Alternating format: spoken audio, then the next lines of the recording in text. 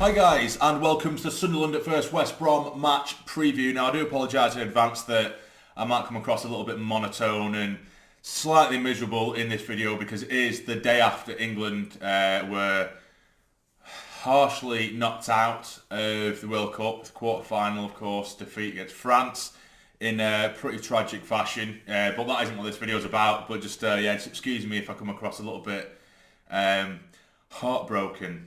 But yeah, on to tomorrow night's game. It is, of course, live on Sky. We do welcome West Brom to the Stadium of Light. And it is going to be a difficult game. I think on paper, if you look at it as simply as West Brom, 22nd in the league, we're somewhat on the up, in form. We should be wiping this team away. It's not going to be as easy as that. West Brom, they've turned the tide a little bit. Yes, they're in 22nd because they had a torrid start to the season. Brought in a new manager back in October, Carlos. Corahan, I can't remember how you say his second name. But yeah, he come in and he seems to have steadied the ship a little bit. They've started to get a bit of personality to the game. He started to really put his influence on the side. He's got his feet under the table, and they've started to turn the tide a little bit of late. Last 5 games, they've won 3 of the last 5, and the 3 in which they did win in that last 5, it was their previous 3 games. Some really good results. It's QPR, Blackpool in there as well. Some really, really good results. They did play a friendly against Spanish side Elche. They did lose that game, during the break for the World Cup. But it's just a friendly. It'll be just getting minutes in players' legs. It's nothing too serious, is it?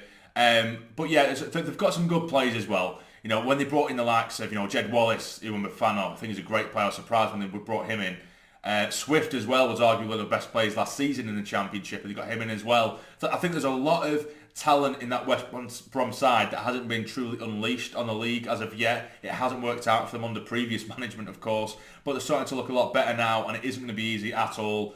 But yeah, so for us, it's about nullifying their attacks and the way in which they play. They've started to play a good brand of football now, not unlike under their previous manager, where it wasn't particularly pretty, but they're starting to get a bit of rhythm to their play now in the way in which they move the ball around and get forward. It's good to watch. I'm sure West Brom fans agree, particularly over the last 2 or 3 games. It's been very good to watch West Brom, or they have been good to watch.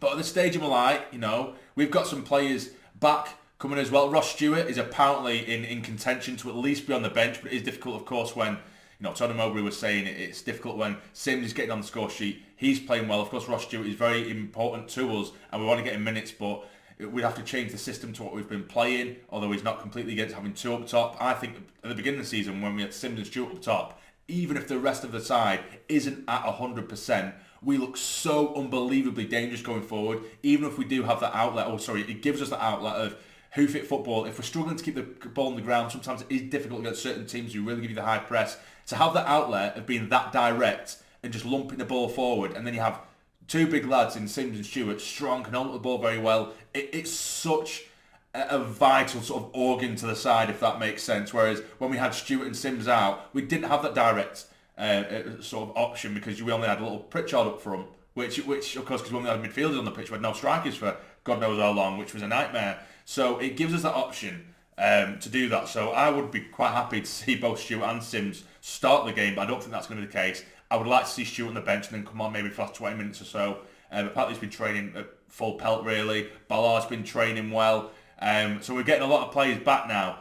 09 apparently has picked up a little bit of a niggle, but should be okay for the game. Same with Pritchard as well, but again, he should be okay for the game. So what I'm going to do, I'm going to show you my preferred starting 11 for this game against West Brom. And as you can see, I have gone unchanged. Please do forgive me for the invisible man in the middle. That is meant to be Evans, but on the app that I use, he has vanished off the face of the earth. So that's what that is. I've gone unchanged. I've gone Pato in goal, Alessi, Bart, 09 and Gooch across the back. I could very, very easily go with Sirkin at left back, and I was very close to, but I think given that we got a clean sheet last time out, I don't see the point in changing it. It's a little bit like goal scorers. If Sims, who did score in the last game, why would I bring him off, or why would I change a winning side in general anyway? So let's say Bart, 09 and Gooch across the back, starting to get a bit of a partnership there. I would definitely keep them on the pitch, although Sirkin for me is arguably been one of our players of the season. It's been phenomenal, but Bart and 09 have got a good partnership in there. So in the middle I've gone with Dhannoo and Evans. Evans and Dhannoo played really well at times in that game last time out.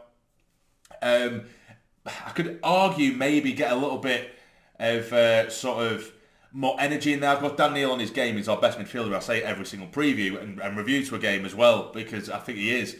But I do like the look of Barr. I really, really like the look of him. And so if he was to start, which I don't think he's going to, I think he probably will go unchanged for me, unless there is still a bit of a niggle with 09 or Pritchard. I think this probably will be the lineup we'll see on Monday night or tomorrow night, should I say. But I would like to see Barr feature, because I am really going to like that lad in the bits and pieces that we do see of him.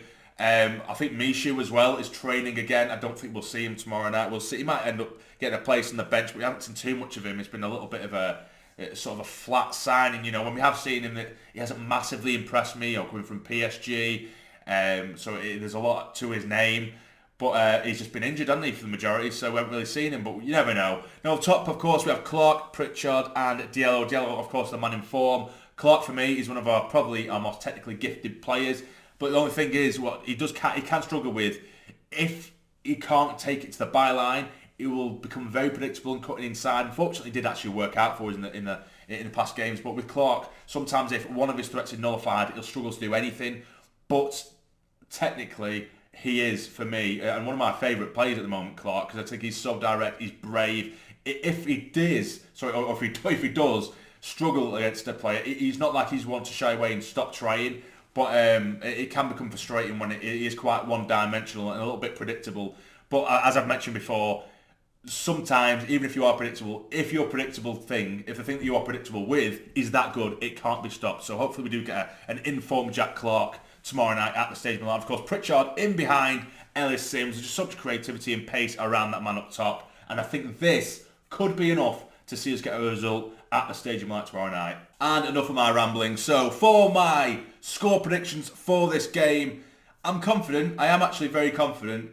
But with the form that West Brom are in, you know, under the new manager, like I say, or relatively new manager at this point, like I said, I think that he is starting to get his influence on the side. He's got a bit of personality to the game. They're dangerous. You know, and with it being on Sky as well, I can just see it being a draw. I don't want it to be a draw. I am confident, but I'm going to go 1-1. I think we're going to take a relatively early lead, and I think we will play very well. But I can just see the scoreline. I can just see the setup for it, that they're turning it around West Brom. And I can see a relatively late equaliser to make it 1-1. So that is my prediction for the game. Not fantastic, and I wouldn't be particularly happy with a 1-1 draw. I won't lie to you. I want us to start really pressing now for that top six. It's not my expectation, but I just think the level that we can play at, I don't see why we couldn't go for the top six. And with a win, there's a chance we could creep into the top six. So we shall see anyway. So I'm going to go for a 1-1 draw. It's not what I want. It's just a bit of a prediction. I just have a hunch that it's not going to be as easy as some might think, just because West Brom are where they are in the league. They're not a bad side anymore. They're not a bad side. They seem to have turned the tide. But anyway, so that's it, guys. Of course, let me know in the comments down below. Would you start Ross Stewart? Would you start him, or would you stick Sims up top with him, or would you stick with the same starting 11 that got the victory last time out? Let me know, and of course, give me your score predictions in the comments down below. But if you've enjoyed, hit the like button for me. It'd be massively appreciated. And subscribe to become a fully fledged member of the Sarny Army. But for now, take care. Stay jamming.